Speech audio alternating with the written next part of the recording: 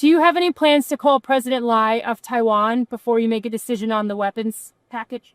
Well, I'll speak to him. I speak to everybody. ያለም ፖለቲካ በአሁኑ ሰዓት ታላላቅ አይላን ብቻ እንደልባቸው እዚህም እዛም የሚሉበት አይደለም። አንድ ስህተት አደገኛ ውጤት ይዞ እንደሚመጣ መረዳቱ አላቸው ራሳቸው ሀያላኑ ሳይቀር። በፖለቲካው ጨዋታ ላይ ደግሞ በአሁኑ ሰዓት የቤጂንግና ዋሽንግተን መፋለሚያ ሜዳ ታይዋን እየሆነች መጥታለች። የታይዋኑ መሪ ዊሊያም ላይ ቺያንግቴ ወደ ዋሽንግተን የላኩት ይፋዊ የዲፕሎማሲ ጥሪ በቤጂንግ ሰማይ ስር ቁጣ አስከትሏል። የአሜሪካና የቻይና ግንኙነት በታይዋን እንዴትና በምን አጋጣሚ ተለወጠ?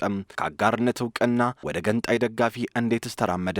በርካቶች የሚያነሱት ጥያቄ ነው። እንደ አውሮፓውያን አቆጣጠር በ1979 ዋሽንግተን ይፋዊ ዲፕሎማሲያዊ እውቅናዋን ከታይዋን ታይፔ አንስታ ለኮሚኒስቷ ቻይና ለመስጠት ስትስማማ የአሜሪካና የታይዋን መሪዎች የነበራቸው ዲፕሎማሲያዊ ግንኙነት እየሻከረ መጣ። የአሜሪካ የወቅቱ ፕሬዝዳንት ሪቻርድ ኒክሰን ቻይናን በ1972 በጎበኙበት ሰዓት ዲፕሎማሲያዊ ግንኙነቱን የጀመሩት ዋሽንግተንና ቤጂንግ ዛሬ ላይ በፍርሃት ውስጥ የሚያልፍ ዲፕሎማሲ ውስጥ ናቸው። ከ1949 እስከ 1971 የአገርነት እውቅና የነበራት ታይዋን በቻይና ሪፐብሊክ ስም አገሩና ስትቀጥል ታላቋ ቻይና ደግሞ የቻይና ሕዝብ ሪፐብሊክ በሚል እውቅና አልነበራትም ነበር። የቤጂንግና ዋሽንግተን ግንኙነት ላለፉት 47 ዓመታት የፓሲፊክን ቀጠና ካልተፈለገ ጦርነት ታድጎ የኖረ የሰላም ዋስትና ተደርጎም ይወሰዳል። ነገር ግን አሁን ላይ ባለው የዓለም ፖለቲካ ትኩሳት ዲፕሎማሲያዊ ውጥረቱ በትራምፕና በላይ ቺያንግቴ የቃላት ልውውጥ ሳቢያ መሰረቱ እየተናጋ ተስፋ ተጥሎበት የነበረው የሀያላኑ ትስስር ሊበተን ተቃርቧል ይላሉ ተንታኞች። በአንጻሩ የኢንዶ ፓሲፊክ ፖለቲካን ጠንቅቀው የሚረዱ ተንታኞች አሜሪካና ቻይና አንድ ላይ የሚሰሩበት ፖለቲካዊ አውድ ተፈጥሯል ይላሉ። የታይዋኑ ፕሬዝዳንት ዊሊያም ላይ ቺያንግቴ ከትራምፕ ጋር ለመነጋገር ፍላጎት እንዳላቸው መግለጻቸው ከአራት አስርት ዓመታት በላይ የዘለቀውን ዲፕሎማሲያዊ ስነስርዓት የሚጥስና ቻይናን የሚያስቆጣ ነው ተብሏል። ኮሚኒስቶቹ ሪፐብሊካኖቹን የአንድ ቻይናን መርህ እንደ ጣሱት እንቆጥረዋለን በማለት ላይም ይገኛሉ።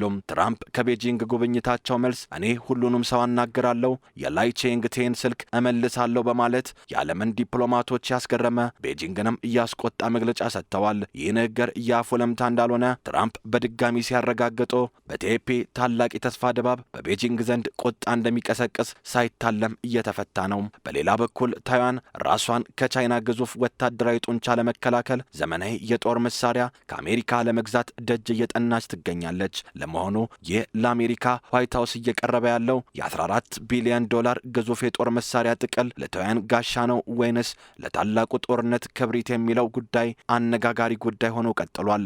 ነገር ግን ለዶናልድ ትራምፕ ይህ ጉዳይ የታይዋን የህልውና ጉዳይ ብቻ አይደለም። ይልቁንም ከቻይናው ፕሬዝዳንት ሺጂፒንግ ጋር ለሚያደርጉት ታላቅ የንግድ የዋጋ ተመንና የፖለቲካ ተገዳዳሪነት የሚመዙት የቁማር ካርድ ነው። እዚህ ላይ ነው እንግዲህ የስልጣንና የፍላጎት ግጭቱ ሰማይና ምድር ሆኖ የሚታየው። ታይዋን አሜሪካን እንደ ጽኑ ጠባቂ የዲሞክራሲ አለኝታና የነጻነት ዋስትና አድርጋ ስትመለከት፣ ትራምፕ ግን ታይዋንን ከቤጂንግ ጋር ለሚደረግ የቢሊዮን ዶላሮች ስምምነት ማዳበያ የንግድ ዕቃ እያደረጓት ነው ተብለው የሚተቹት። ለዚህም ይመስላል ትራምፕ ባለፈው ሳምንት በቤጂንግ ካደረጉት ታሪካዊ ጉብኝት መልስ የታይዋንን ችግር እንፈተዋለን ሲሉ ጉዳዩን በዲፕሎማሲ ሳይሆን በነጋዴ አይን እያዩት መሆኑን ፍንጭ ሰጥተዋል የሚባለው። የታይዋን መከላከያ ሚኒስተር ዊሊንግተን ኩ የአሜሪካ ፖሊሲ አልተቀየረም፣ በጥንቃቄ ወደፊት እንገፋለን በማለት የውስጥ ፍርሃታቸውንና ስጋታቸውን በዲፕሎማሲያዊ ቃላት ለመሸፈን ቢሞክሩም የደሴቲቱ እጣ ፈንታ ግን በዋሽንግተን ባልተጨበጠ አቋምና በቤጂንግ የማይለወጥ ወታደራዊ ዛቻ መካከል ይገኛል የሚሉት ተንታኞች ትራምፕ በትላንትናው ዕለት የላይ ቺያንግቴን ስልክ መልሳለሁ አወራዋለሁ ማለታቸው አዲስ አይደለም። ይልቅ ታሪክ ራሱን የደገመበት ክስተት እንጂ። እንደ አውሮፓውያን አቆጣጠር በ2016 ዶናልድ ትራምፕ ለመጀመሪያ ጊዜ የፕሬዝዳንትነቱን መንበር ሲጨብጡ የወቅቱን የታይዋን ፕሬዝዳንት ሳይ ኢንግ ዌንን የስልክ ጥሪ በደስታ በመቀበል መላውን ዓለም አስደንግጠው ቻይናንም አበሳጭተው እንደነበር ይታወሳል። ዛሬ ላይ ታሪክ ራሱን በበለጠ ክስተትና በበለጠ የኃይል ፉክክር ሊደገም የተዘጋጀ ይመስላል። ቻይና ታይዋንን ሊደፈር የማይችል ቀይ ቀይ መስመሬ ናት ትላለች።